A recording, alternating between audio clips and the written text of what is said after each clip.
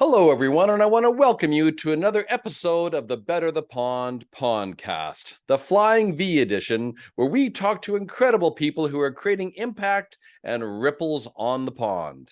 My name is Warren Barry, and I'm your host and the founder of Instinctive Solutions, where we believe that everyone is an odd duck, but that is what makes them awesome.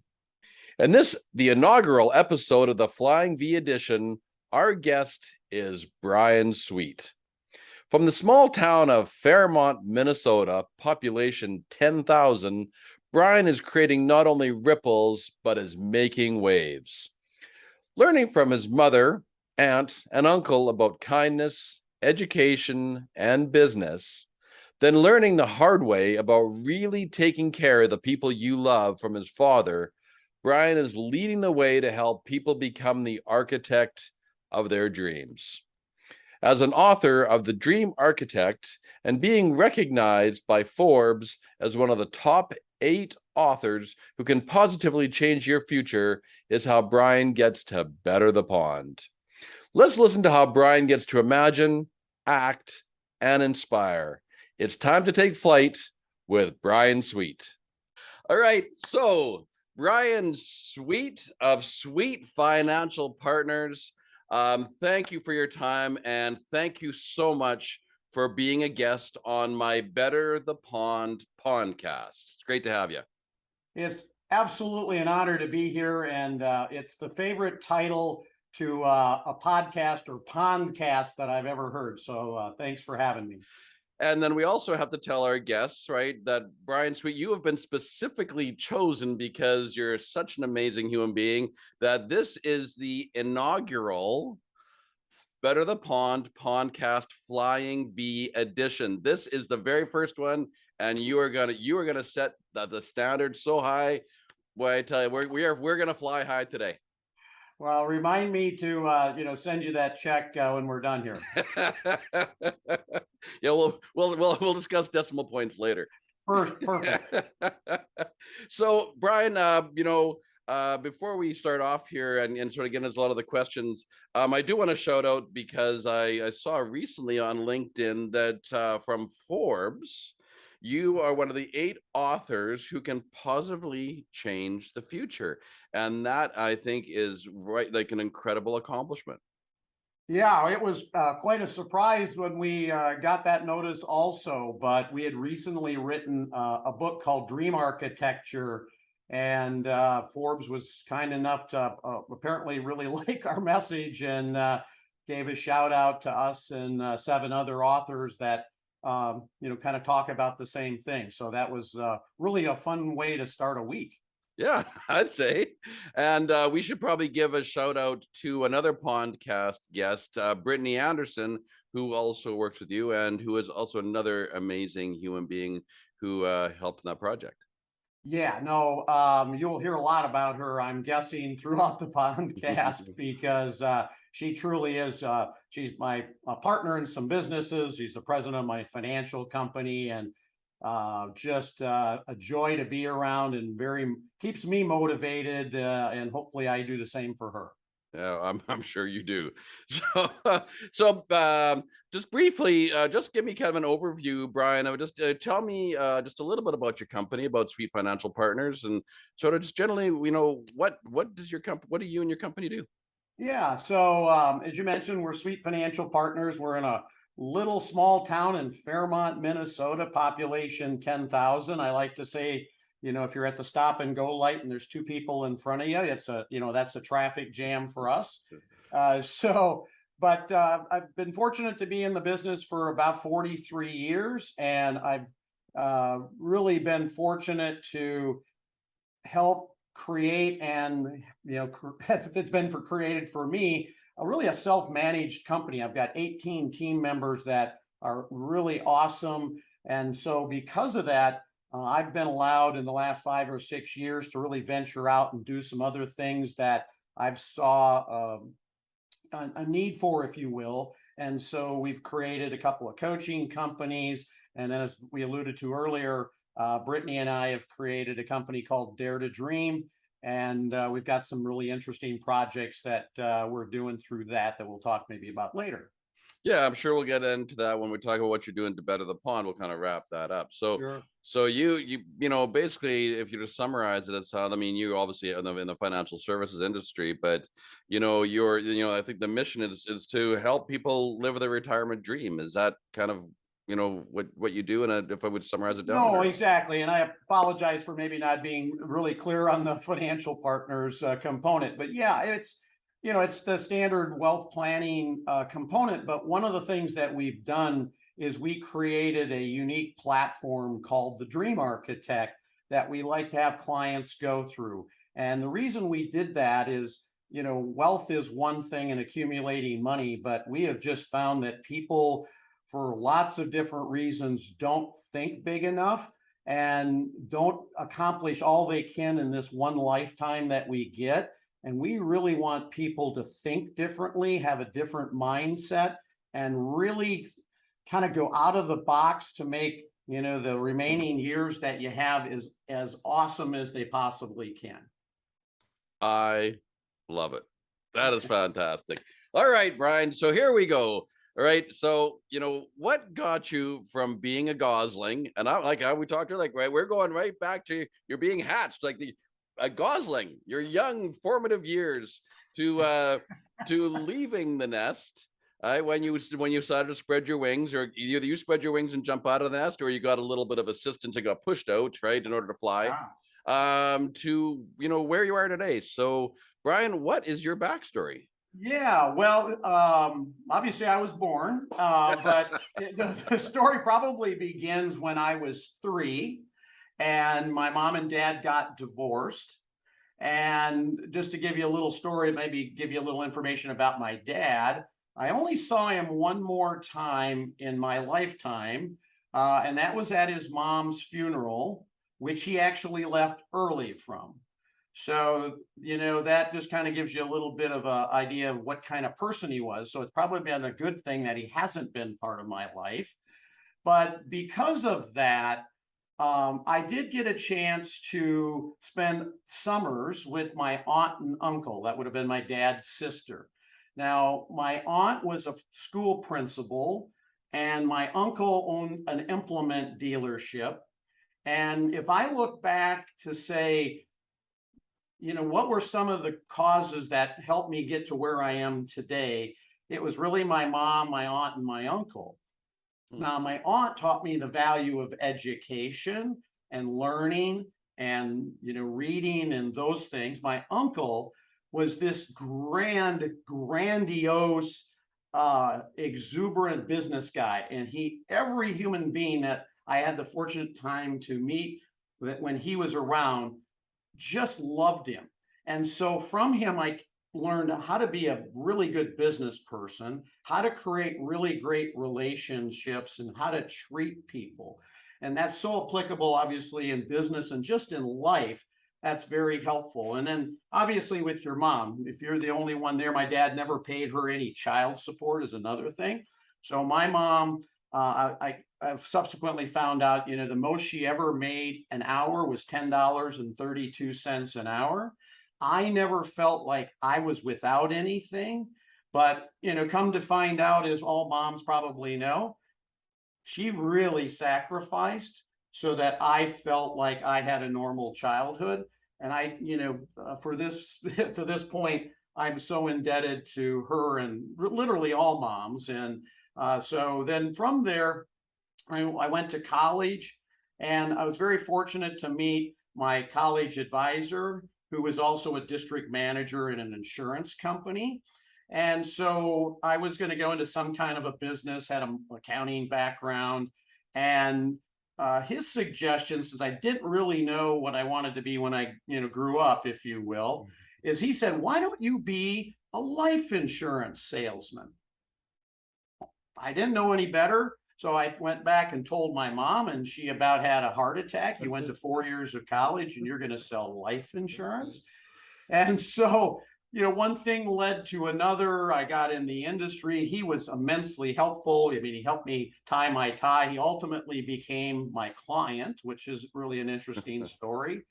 And he also, taught sales at the college I was at and was voted the best teacher in the college every year I was there. And we got to be great friends. And then one thing led to another. I got into financial planning, and the rest is kind of just an evolution from there. But four key people in my life: my mom, my aunt, my uncle, and Dick Ford, who was my mentor in college. So I'm going to take you back just a little bit, and let's take you back into, let's say, your high school years. Yeah. Just out of interest sake. And did you work some part-time jobs in as you're going to school? And then, well, actually, another question is, when did you actually start working to try to create revenue for yourself? Age 12. So I was very fortunate that I got to work at Thorpe Wallpaper and Paint from age 12 through high school. And so I built picture frames, and I helped wait on customers and mix paint to whatever color they were looking for. This was an elderly couple. She was a little disabled, and they were just some really great people that I was fortunate to work with for a long, long time. So that was my high school job. And so when you said you went to college, and you kind of seemed like you sounded like you were kind of floundering around here, you weren't really sure, but you thought going like into finance or accounting or numbers. Yep. And what do you think, what was the draw there? What do you think that sparked your interest to get into that Yeah. path? I always had a fascination with numbers.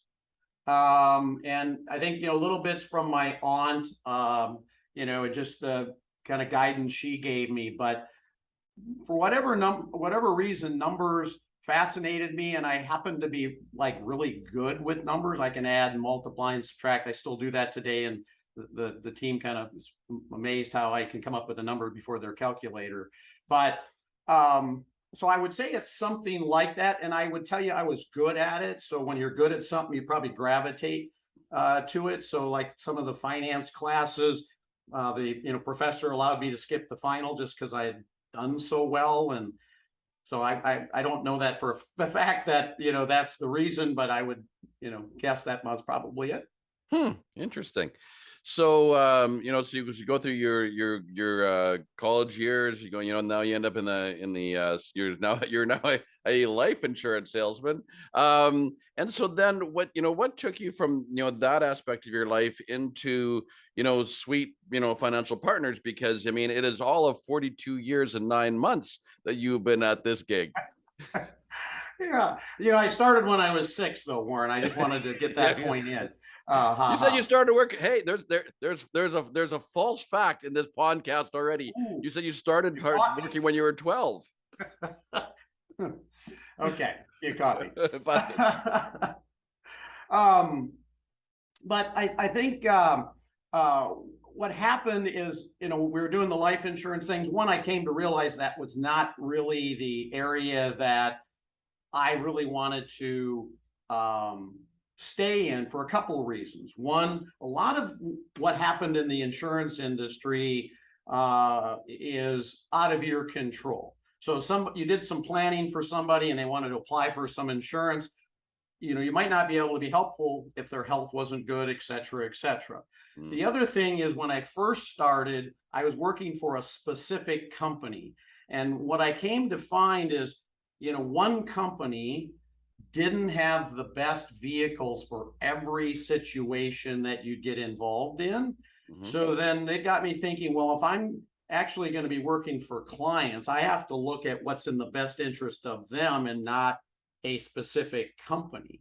So that caused me to look at, well, I probably need to start making some changes. And therefore, I had to venture on my own so that I could really represent whoever I felt did the best job for clients.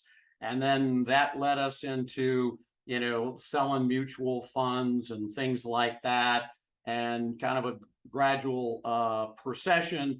And then one of the things that happened a little bit behind the scenes is we were using the investment arm of an insurance company for our investments, and then they got out of it, and we were forced to make a change. Now, at that point, I didn't know the difference between all of the resources. And so one of my managers, his name was Ed Howitt, said, well, I would just go here. And it just turned out to be such a right decision. And I went that way for 34 years until just recently when I created my own RIA. So we had more ability to build new platforms that we're looking at. So I've had lots of little opportunities that fortunately I listened to people that helped me kind of continually make progress. I just want to pull a little nugget out of what you just said, Bryan, that I think is really important, especially to the listeners and people who are in business. What I heard you say was when you're going through, you saw in life insurance that there was these sort of restrictions or roadblocks or things you couldn't control. So as you started to go and look through it, what you said was, I needed to find a way that I could serve people better. So it was all about them. So it wasn't about you of what products am I going to sell and make money on. It was how can I serve others to make sure that they got what they needed. It really wasn't about you. Yeah, that's really well said, Warren. And I have just found in the years doing this is that if you always lead with value and if you do something for somebody else, ultimately it will come back in folds to you. And so if you go into a relationship not expecting anything, but you're the one that's giving first, great things happen after that. And life gives to the giver and takes from the taker is a saying I like a lot. And so I kind of try and live my life like that saying. Well, and it shows. That's exactly what you said. So I thought that was kind of a little bit of a nugget there.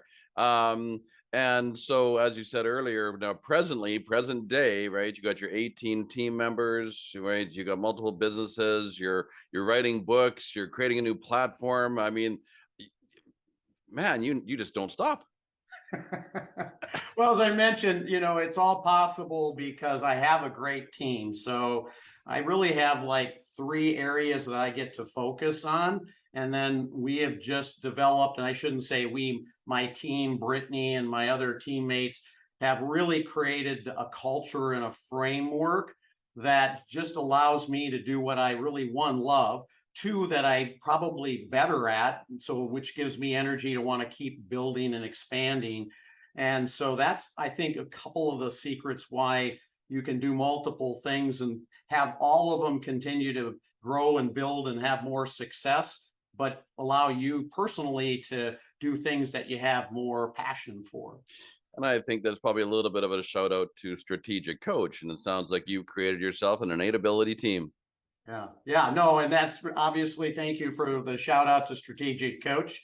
A lot of these things that I've learned have been from Strategic Coach, been with them 23 years. And, the framework for which they have an entrepreneur think is so dead on. And if you just follow, proven success leaves a trail. And if you just follow the trail and do what other successful people do, it saves a lot of mistakes and gets you to where you want to go a lot quicker. Yeah, absolutely. So 23 years with Coach, as Dan Sullivan would say, a slow learner with a fat wallet. Yeah, I probably at the top of his list there. Yeah. Couldn't give it to a better guy though, Yeah, exactly. So Bryan, what's the greatest thing that's happened to you that ruffled your feathers? Something that really got underneath your skin or ruffled your feathers, or that was really challenging. And how did you respond to that? I think it's probably more than a single moment. But I think it's having seen a lot of wasted potential or lost opportunities because people either listened to naysayers and then they said, they did what the naysayers said instead of, moving forward on their ideas, or just the maybe a negative mindset in general. And it's just,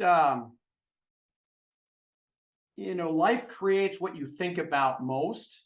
And if you think about negative things, that's kind of what's going to happen. If you think positive things, your brain is amazing. It goes out and finds everything to support what you're thinking. Mm-hmm. And so just running into people or dealing with people that listen to others or have a negative mindset, a lot of what we do is to get people to realize the negative consequences of that and help them get through it so that they can kind of explode forward, because it's really not that difficult by just doing a couple things. But over the years, it's just, when you're a little kid, everybody wants to be an astronaut and a fireman, and then you start going to school and have these grandiose ideas, and then little Johnny says, well, that's a dumb idea, and then you listen to little Johnny, who hasn't accomplished anything, and let him squelch your whole future.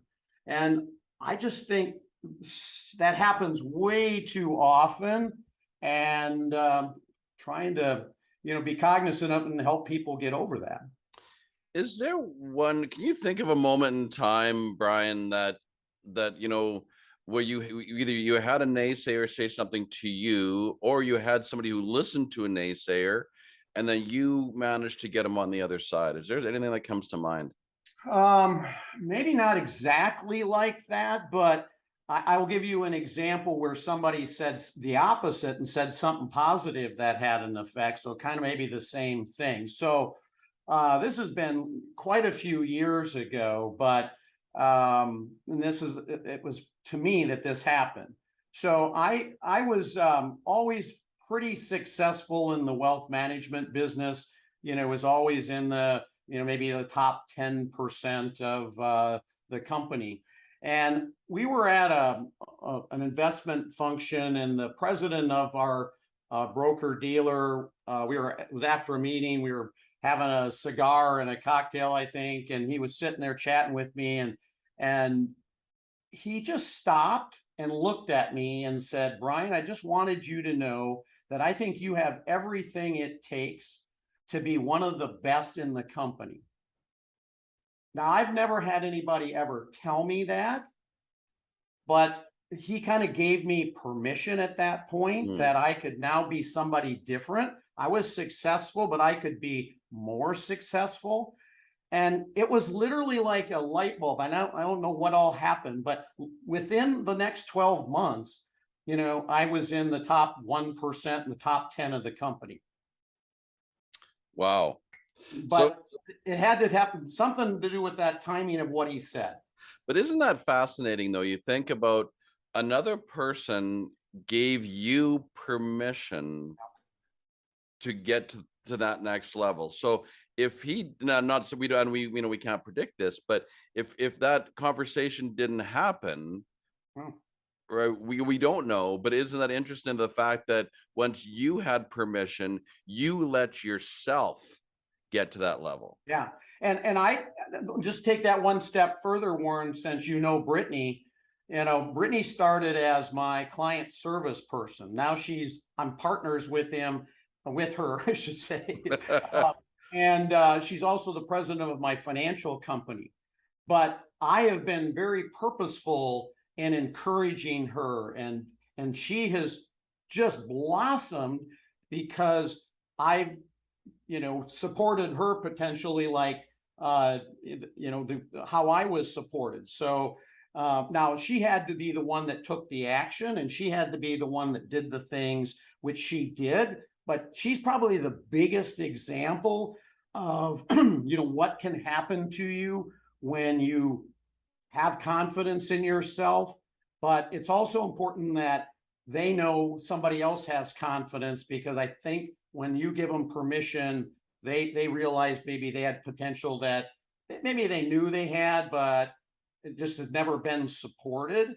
And so I just try to do that with every single one of my teammates.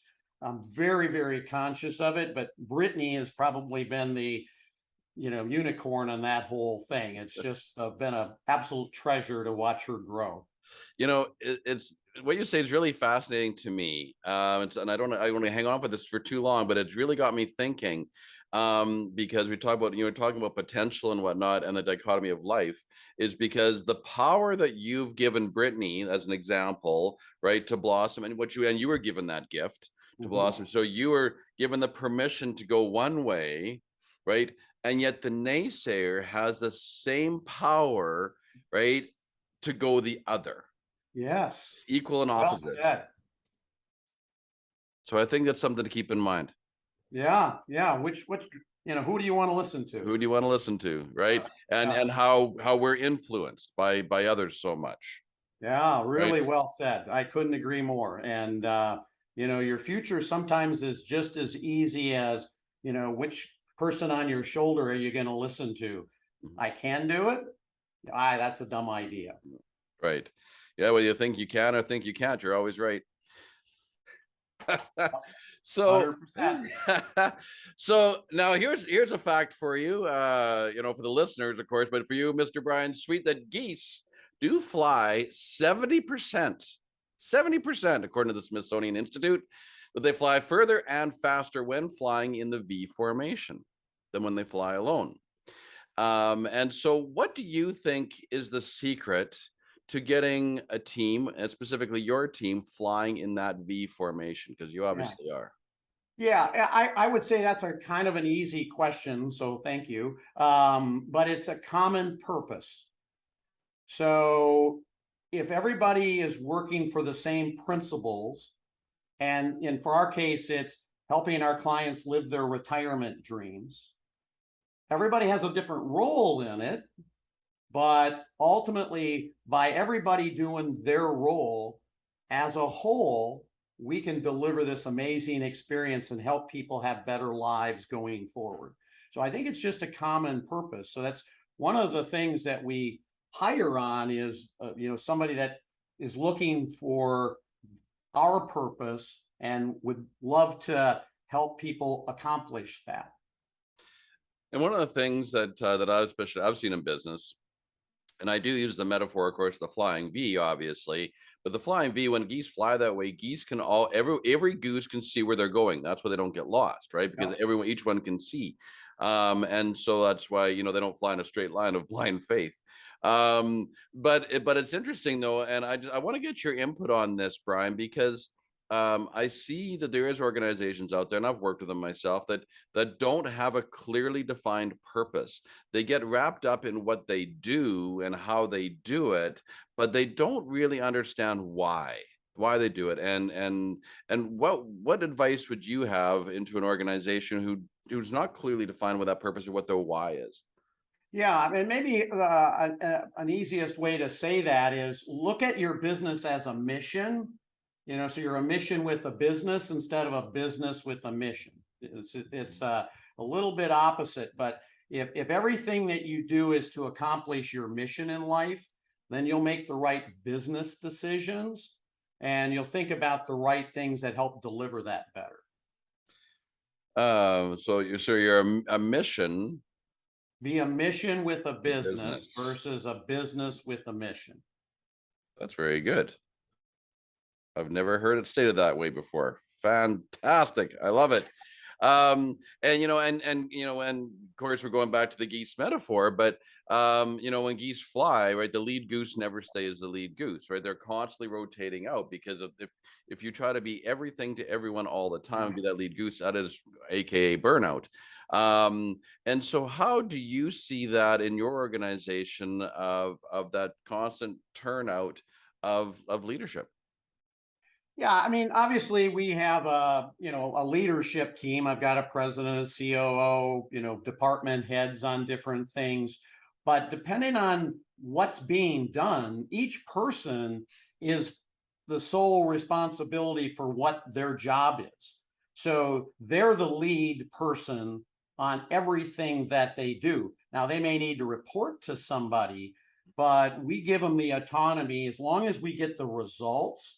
To a certain extent, I don't care how you do it, as long as you're able to get what we need done. So we love to give permission to people to think on their own versus be a robot and, you got to do it these 12 steps. If you can do it differently, be more efficient. We love to have people tell us, like, what's the better way?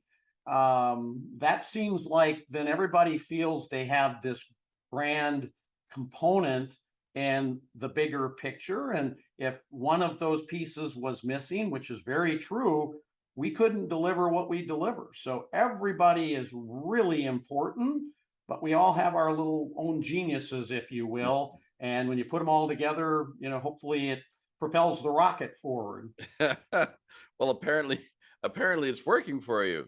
Clearly. SpaceX. Yeah, there you go. Yeah, yeah. So, excellent. So Bryan, what are you doing right now? And we talked earlier. So I mean, the question is, what are you doing right now to better the pond? And I think, but you mentioned, you sort of let in earlier, there was some things that you did earlier on in life too. So I'd really like to hear about that. So, what are you doing? What have you done to better the pond? Yeah. What are the ripples are you creating out there in the pond? You're throwing in the pebble. What ripples are you creating?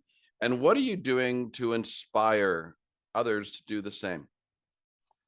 Well, thank you for the question. A couple of things that I have done in the past, but near and dear to my heart, if you will, is my mom is still living. She's in a memory care unit, but while she was still living, I created a foundation in her name. And the foundation helps single moms send kids to college. And while she was able, we used to get together with the kids that got the scholarships and take them to lunch so my mom could meet them and they could meet my mom. Such a great experience, and something that she, could experience while she was able to, remember what was going on. And so we continue to do that in her honor, because she sacrificed a lot. So it's a little way that I can continually give back. And then my aunt and uncle had this amazing effect on me. And I spent a lot of summers with them over the years, and continued to, they didn't have any children, so they kind of like adopted me as a surrogate child, if you will. And so they played a big role. And so when they unfortunately passed away, they loved their town that they lived in. They were kind of an icon family just because of stuff that they did and the people they were. And so I created a foundation in their name that benefits their city. And so then they get to use the money for, different projects to continue to make the city better. So those are a couple past things. So I can talk about kind of what we're doing today if you want. Yeah, I want to back up just a second here. What are Sure. the names? What are the names of those two foundations? It's the Marilyn Sweet Borchard Foundation. That's my mom. And then the Gene and Roy Yeager Foundation. So that I just made it simple and used their names when I did it. But then I did some other things with, they ended up in a nursing home and they took really great care of them. So, some of the money went to there also and things like that. But yeah, those are the names. Fantastic. All right, so let's get up to date. And what are you doing now presently to better the pond? And what ripples are you creating out there? Yeah, well, I hope that what we're going to be creating here, it's a new platform we're creating. I hope this has got some amazing ripples, but extremely excited about this. And as we mentioned earlier, our financial planning process is called the Dream Architect.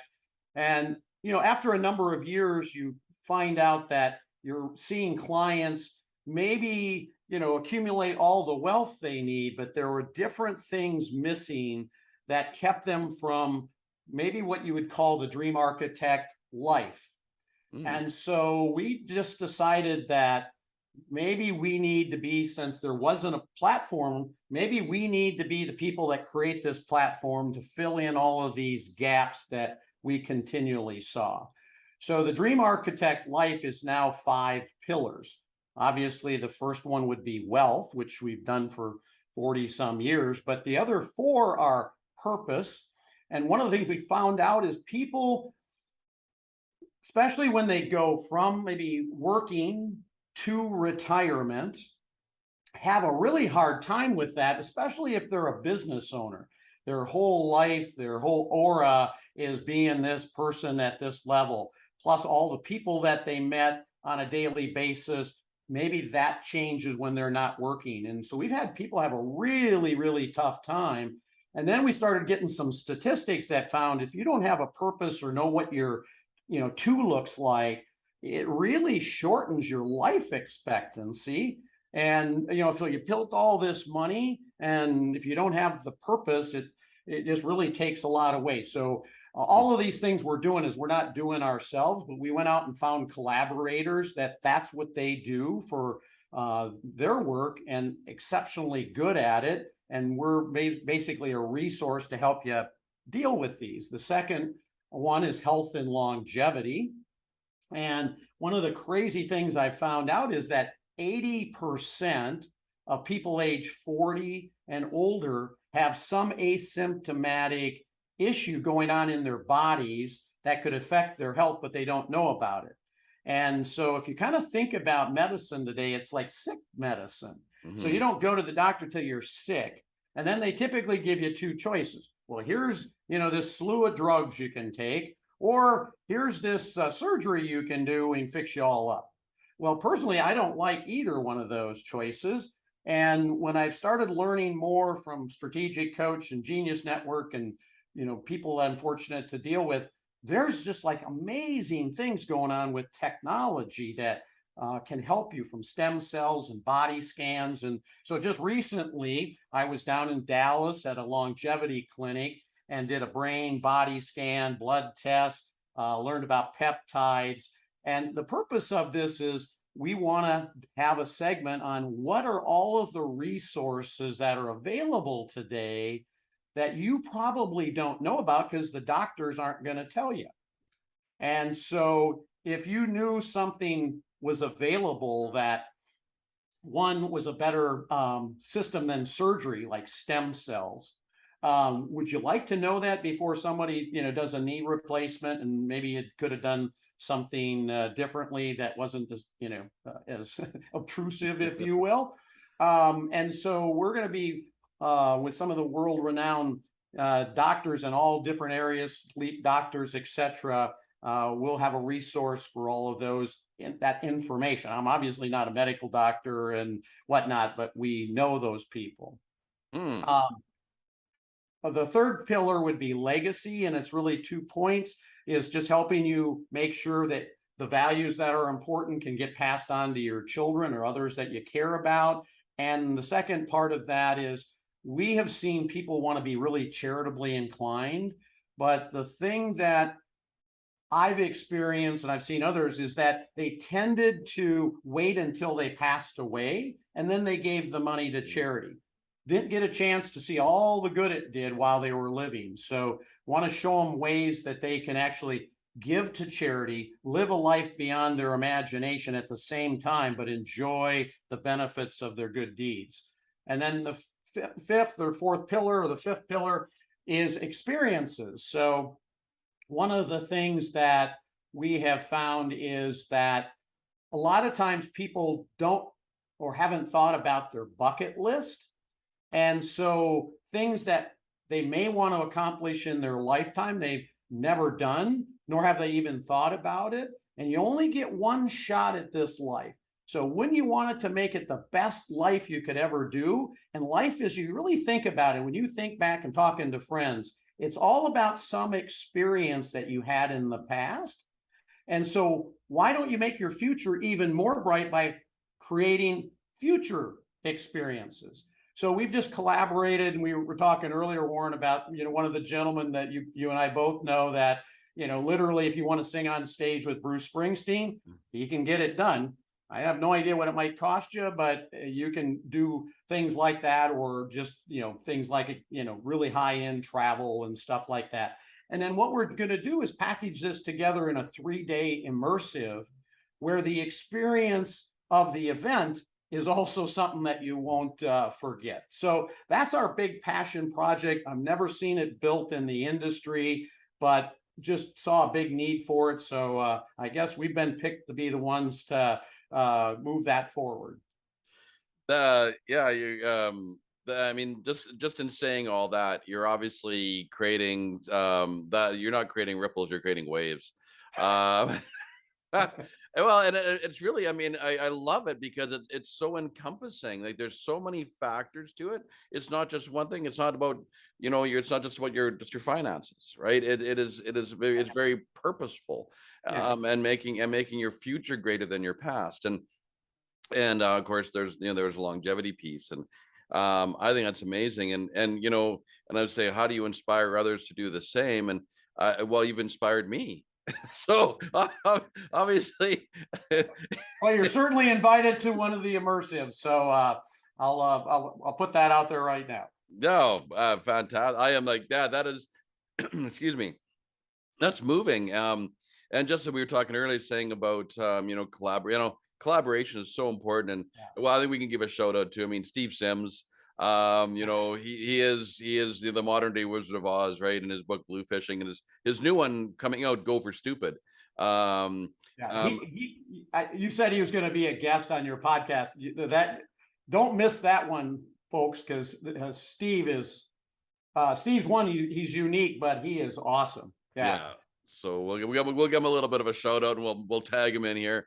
And fantastic. I love what you're doing, and I love what you're doing to better the pond. In your way, and with your collaboration, I mean, you're really making the world a better place. Thank you. Appreciate that. So now, Bryan, what is one lesson that you've learned along your journey that you want to share with an entrepreneur starting a business today? Yeah. Um, Probably the one thing that comes to mind first is success takes time. And I guess what I've seen is people give up a little too soon.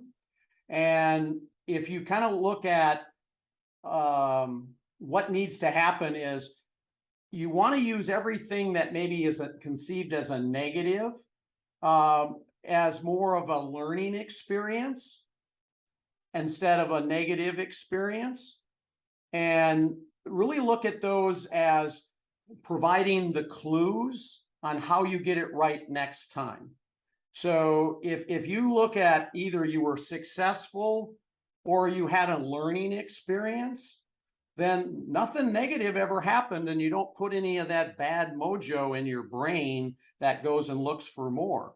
So it's either you learned something or you were successful. Both of those are really good. Mm-hmm.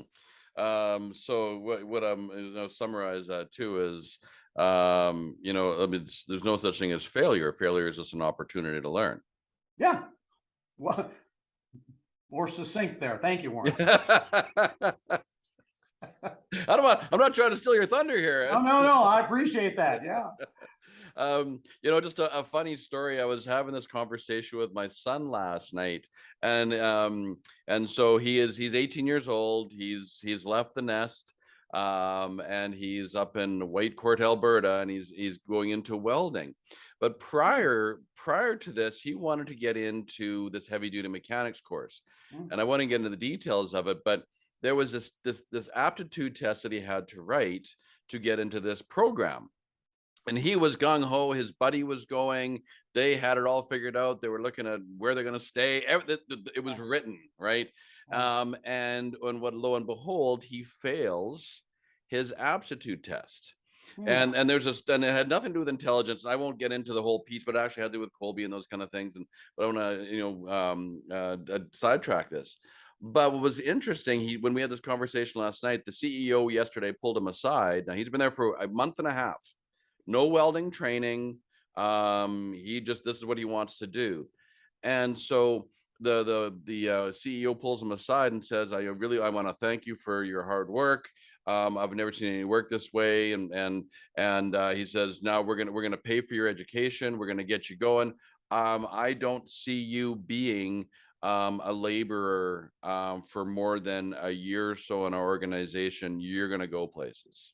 Love it. So kudos to that CEO for having that conversation, because you could have told him that, but maybe by the CEO telling him that's maybe the force that energizes his future. Absolutely. And so what was interesting when he said this, and then the CEO phoned him back and said, "Oh, by the way, we're giving you a raise. You're the only person we've ever given a raise to before their 3-month probationary period." So of course it launched him again. Right now there was some financial reward, but my son says to me, he says, "Oh, Dad, am I ever glad that I didn't get into that program?" He says, "I don't want to do heavy duty mechanics. This is what I love to do." And I said, so I said to him, I said, "Well, how did you feel when you failed that test?" He goes, "Well, I felt stupid and all these things." And so I said, "Isn't that an interesting piece of life to learn from, where Wow. it wasn't failure, it launched you forward, Yeah, right?" such a great story, and yeah, tell him kudos. Yeah, that's an amazing actual story. And but he was now, so now the CEO of this company is right, is when doing to him, right, what your mentor did to you, Yeah, yep. right? And look at your success. Yeah. Well, and I can't wait to keep in conversation with you, Warren, to see what actually happens and how he blossoms, because I think big things are about to happen now. Yeah, no, absolutely. I want to throw in something. Just, one of the things that I've learned over time, Brian, and doing these podcasts, is when I listen to somebody's backstory and I listen to their future, I for some reason in my mind, I connect these dots between lessons learned. And and you talked a lot and I hope I'm not talking out of school here, but I think this is really interesting. What came to my mind was, you talked about your mom being such a positive influence, and your aunt being such a positive influence, and your uncle being such a positive influence, your dad never being there. And when I listen to your story, I look at the lesson that your dad taught you, right? Because he was never there, but it taught you the importance of taking care of other people. Mm. Wow. I have never heard that before, but it probably makes a lot of sense. Yeah. Wow. Thank you, Warren. And so, that was a powerful positive. You again, we talked about the dichotomy. You took that to the positive, right? You could have took it to the negative. Look, I didn't have a dad. Look, what was me, whatnot. You learned from that and took it to the positive side and said, "Wow, how important it is to make sure you take care of the people you love." Yeah, and I think if you look at it like just anything negative, it happened for me, not to me, is just a good mindset, and try and, I mean, this is really difficult, but it's not that you can never have a negative thought or wallow in something negative, but the quicker you can try to put a positive spin on it, the sooner you'll continue up in the upper, trajectory, and all that stuff's in the past. Your life's about the future, so just throw that stuff away as soon as you can. But if there's a learning episode there that would help you get better quicker, use it as that. Which you obviously have, Thank you. and created ripples. So Brian, I truly and sincerely want to thank you for your time. Thank you for being here. Thank you for sharing your stories. Thank you for everything that you're doing to better the pond. And if my listeners want to get out there and find you and all the wonderful things you do, and talk about the dream architect, and like and look at this conference that you're creating and everything that you're doing, where can they go to find you, Brian? Well, if somebody wanted, had a question or whatnot, my email, I guess, for lack of a better thing, is Bryan, Bryan at sweetfinancial.com. So I'll answer all emails if you send one. Otherwise, our website is sweetfinancial.com. We will be creating an individual platform for the Dream Architect. Life isn't created yet, but there's some background on the Dream Architect on our Sweet Financial site. So this is being built out, but that's probably the two best ways. And then we have some retirement planning tools and mindset things on mysweetfinancial.com also that might be helpful to the audience. And are you a social media guy? Well, the firm is, I am pretty much not, kind of on LinkedIn, I guess, because that's more of a business platform. We do have Facebook and things like that. I have no idea how they work or what we do. I don't know, to be honest. Sorry about that. But someone knows in the office. Perfect. Delegate that out. Yeah, but I guess if you look up Sweet Financial on all of the social media channels, we would pop up. Yeah, perfect. Well, that's where I find you. I'll make sure that that gets notified, and we get that in the show notes and those kind of things like that, so people can find you for what you're doing. You guys are doing absolutely incredible work, and again, this is fantastic, and the inaugural Flying V edition of the Better the Pond podcast. So there you have it, folks. We had a great time here with Bryan Sweet, and this is Warren Barry flocking off to take you beyond the pond to better the pond, because we're better together. Thank you, Bryan. Thank you, Warren. It's been an amazing time together.